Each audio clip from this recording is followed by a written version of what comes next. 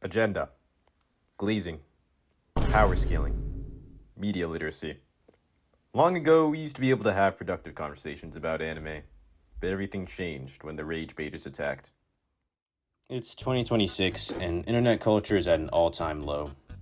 We're at the point where it's considered a legitimate business strategy to make people angry. Whether it be for viewer engagement, attention, or even just personal amusement. People have lovingly dubbed this action rage bait, and it has absolutely devastated social media over the last couple years. If you're watching this video, I assume you're somewhat familiar with rage bait. Maybe you even find yourself getting rage baited often in comment sections. Or maybe you're the type of person who thrives off of riling other people up for no reason. Like it or not, rage baiting is here to stay. That's why in this video, I'm going to talk about some of the easiest people out there to rage bait. No, I'm not talking about ABA players, although I might make a video about those guys too. I'm actually talking about Shonen fans in this video.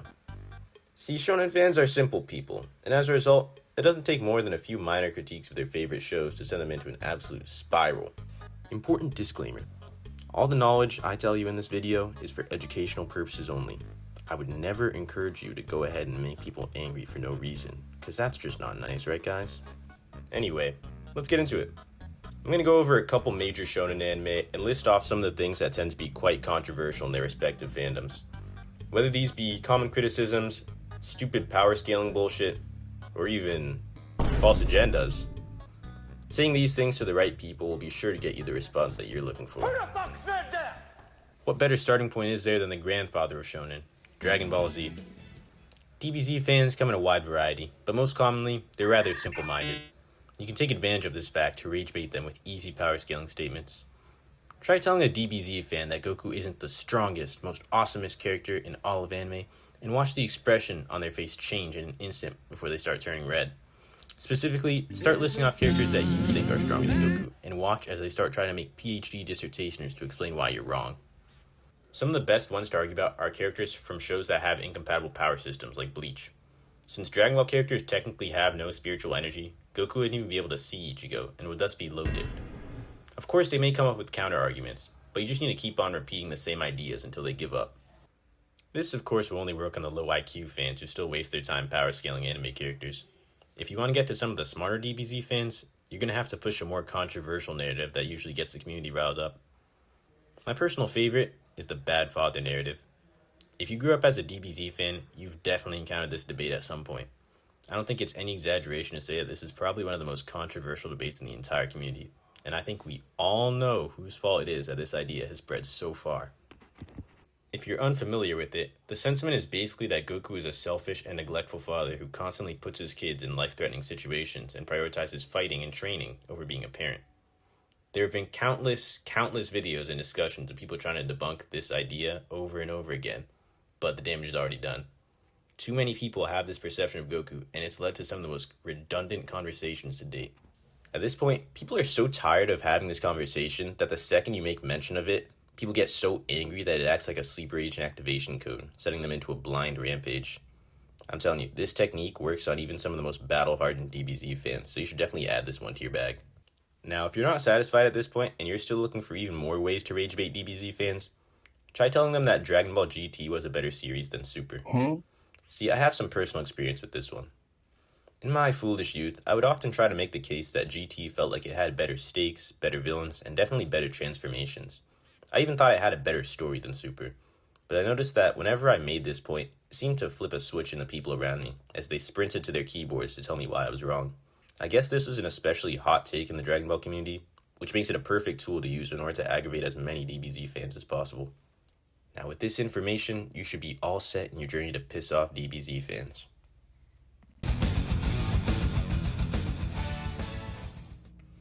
Naruto sits at the top of the big three shonen anime and is easily considered one of the most influential anime ever. Despite its success, however, Naruto's plot is absolutely riddled with holes and retcons, and a lot of fans seem to get really upset when you point them out. In addition to the legitimate holes, there are plenty of story-wide narratives that have arisen within the community that spark some serious debates from time to time. These are always effective tools to use when trying to upset a Naruto fan.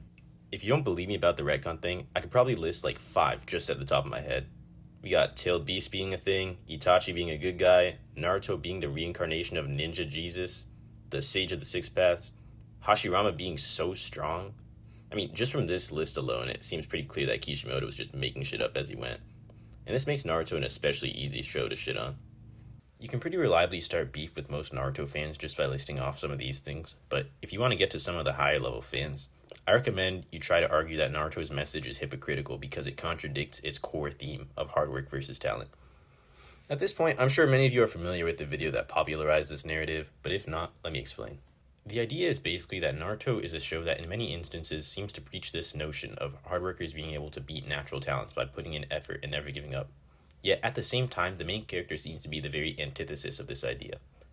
You know, being the son of one of the strongest ninja ever, having access to the strongest tailed beast, and literally being a reincarnation of Ninja Jesus.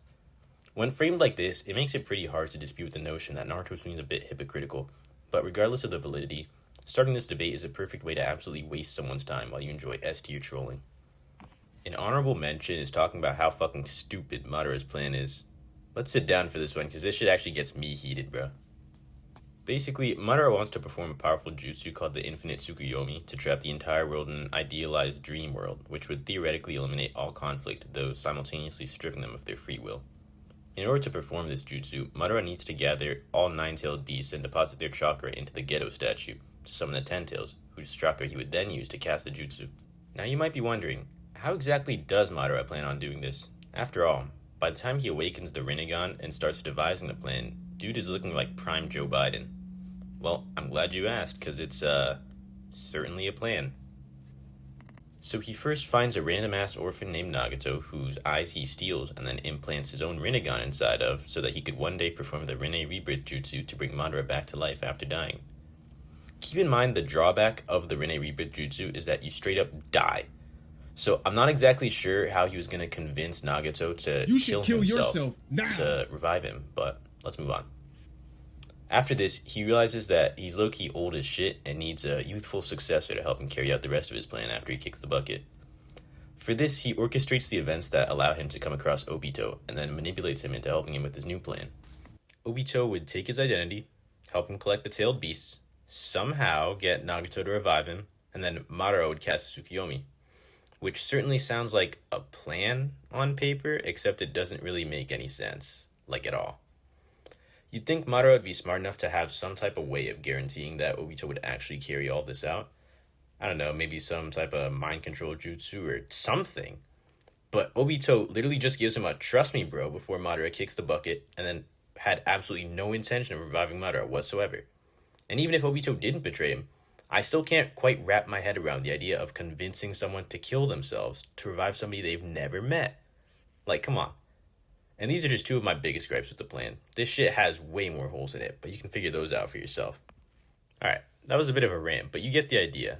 Naruto's writing can feel especially shaky at times, and fans absolutely hate it when you bring this up. So do with that what you will.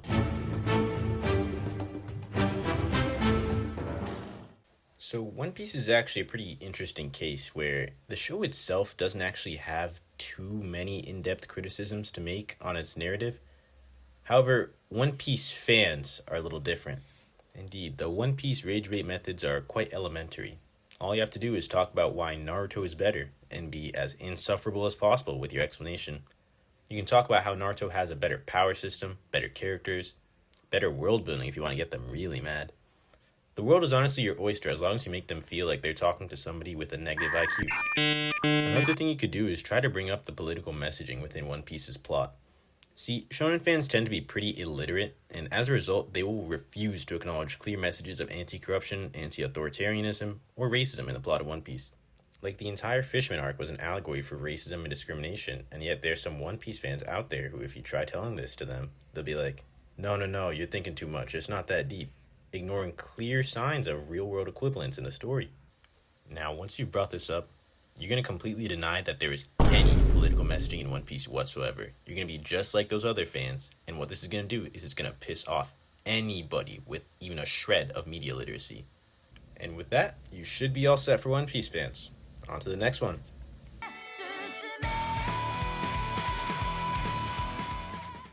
Moving on to some of our more modern shonen, I think Demon Slayer is a good example of a series with a lot more widespread appeal, which makes it even easier to rage bait these fans.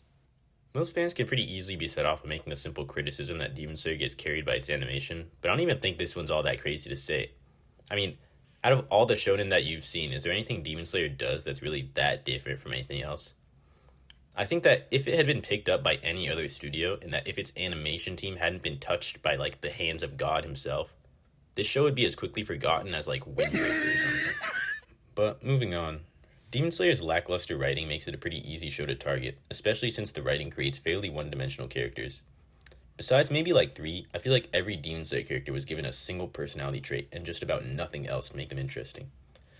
We have our perfect hero of justice, the guy who gets scared and falls asleep, the guy who yells a lot, and shit like that. Like, it gets to the point where you can predict everything these guys are going to say in a given scene, and it makes them feel pretty boring to watch. So yeah, just start hating on their favorite character by calling them one-dimensional and watch them combust while trying to defend them. Bonus points if you call it a worse version of Chainsaw Man.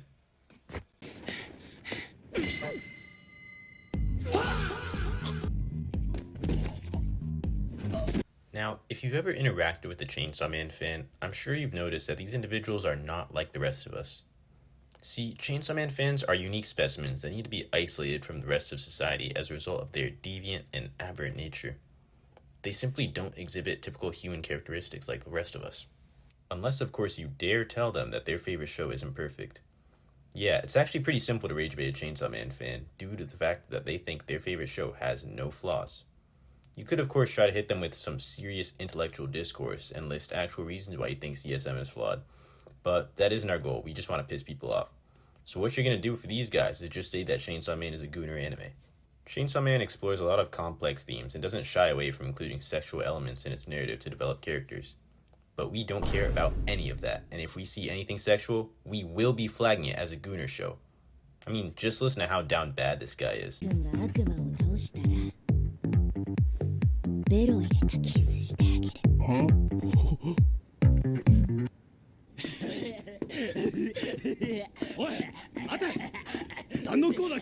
Any CSM fan you tell this to will give you a look like this before they explain what an ignorant mongoloid you are for daring to insult their favorite show.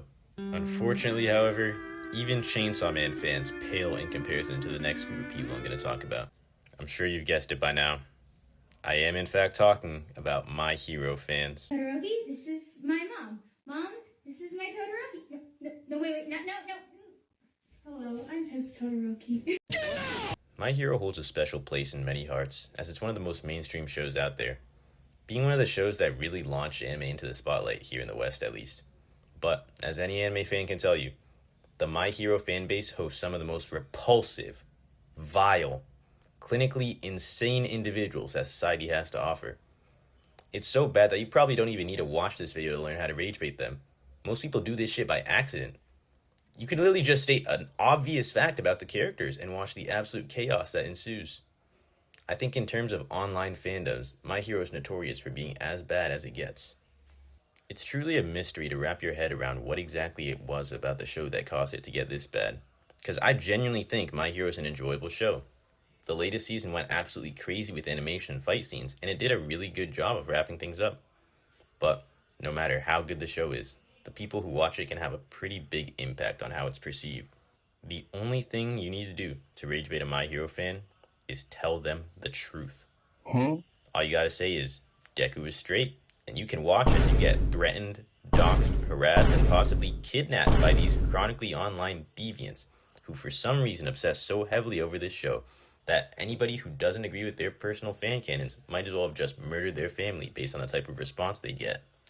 Hopefully with this video, I've armed you all with the necessary knowledge to go ahead and be unproductive members of society who start pointless arguments for fun. Don't forget to like and subscribe for more tutorials. Thanks for watching.